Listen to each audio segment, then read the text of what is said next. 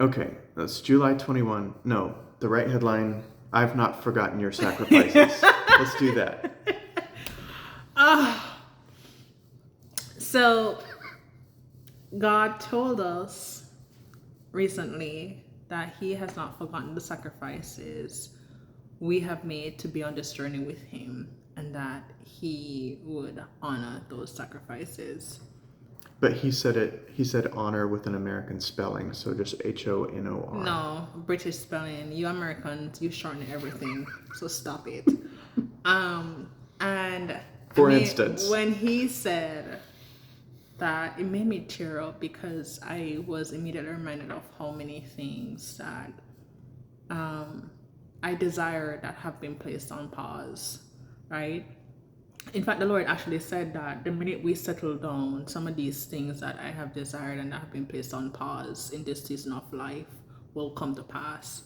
Like, for example, I had hoped, it's been a long desire of mine that I would be pregnant by the first year of our marriage. We're now in year one, and we're in year 2.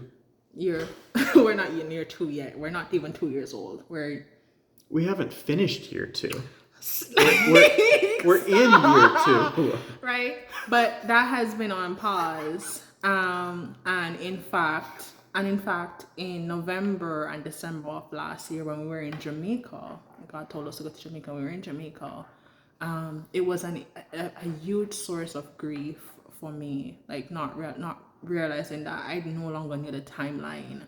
My timeline for this no longer matched up with God, and I didn't even know when this was going to come to pass. And that was only about, what, 8 months in? No, that wasn't even 8 months. That was 8 months into our marriage. Yeah. Right.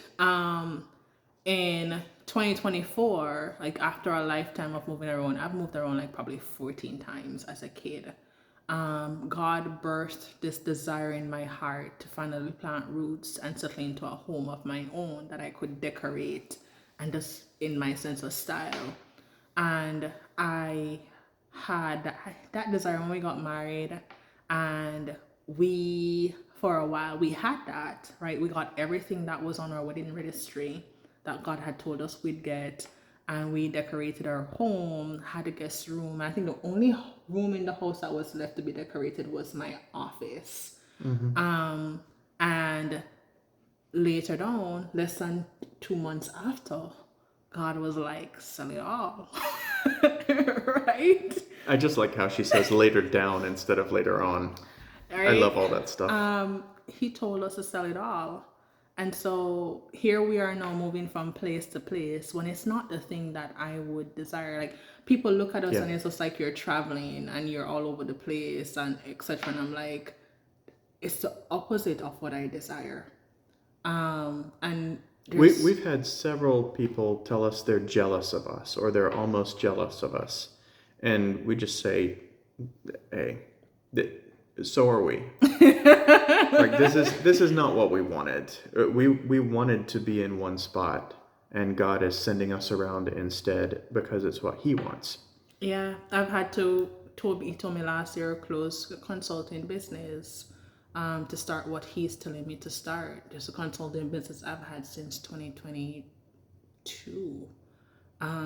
And so forth. And so there's just been so much that we have had to let go of, so much that we have had to put on pause, so much that, and see, I'm saying this and I'm starting to feel emotional because this week has also been very emotional for me. It's come up again for me, like this wave of sadness, of dealing with the grief, or the loss or pause around these desires and having to deal with that stuff.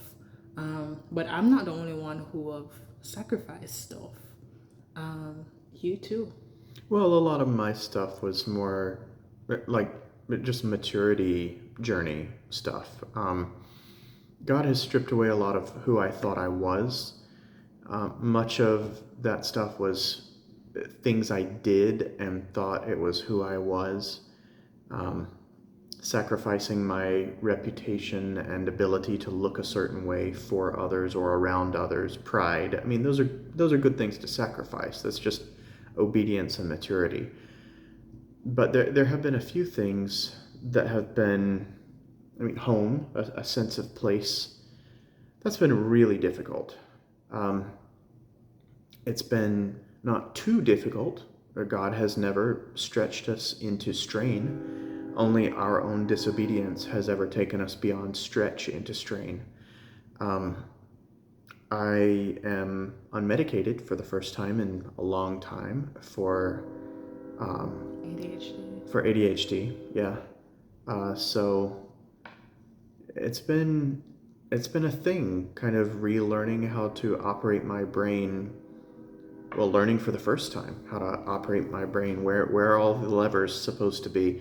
Um, I've wondered whether I've sacrificed my ability to be a good business coach because of this journey that he's had us on, where none of this makes sense, and the answer to everything is just listen to God, listen to God, listen to God some more, listen to God again. It's like how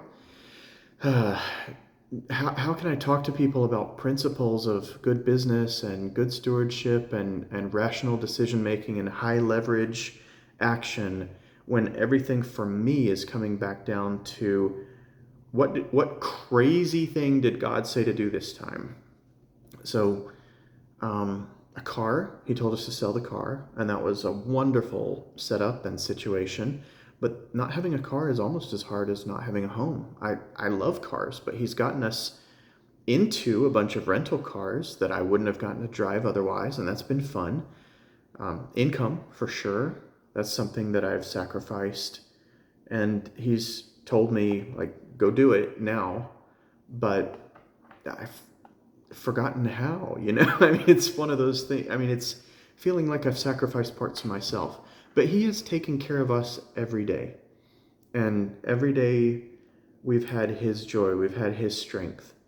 Um, every day that we do not choose to partake in his joy, we don't have much strength. Yeah. But learning to be dependent on him has been the root of this, and it's been incredibly powerful and moving all along. Yeah, I was thinking about one of the things that has come up for us a lot lately. It's time with friends and family, and how deeply we miss. We're with family now, and it's been really wonderful. And he has gotten us to spend some time with two of our friends recently, but we are literally meeting just a bunch of strangers as we go on, and They're so we strange. miss our community.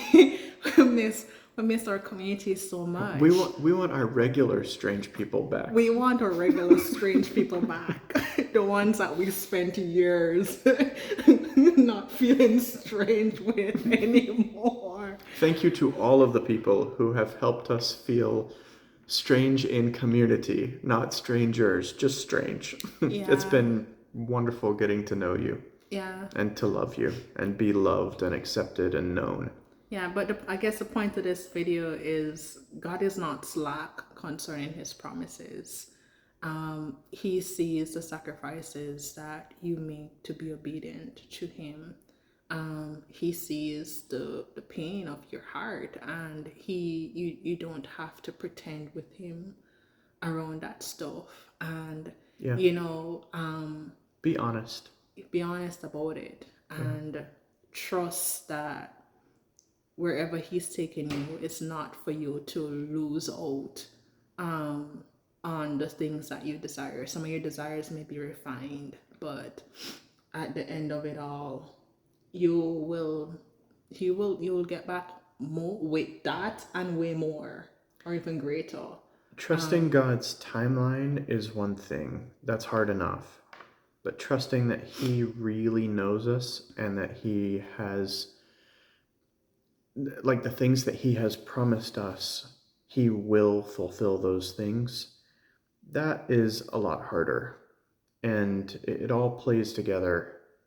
And we felt very vulnerable in almost every way, to attack, to random thoughts, to You're being circumstances, stupid. to the idea we're being stupid, right?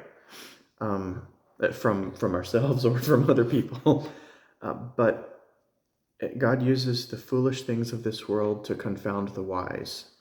And we have been chosen to be foolish things of this world for a while. And that's okay. Yeah. So in the next video, we'll pick up of what God did and continue to do in Wichita. Before we finally got to say so long.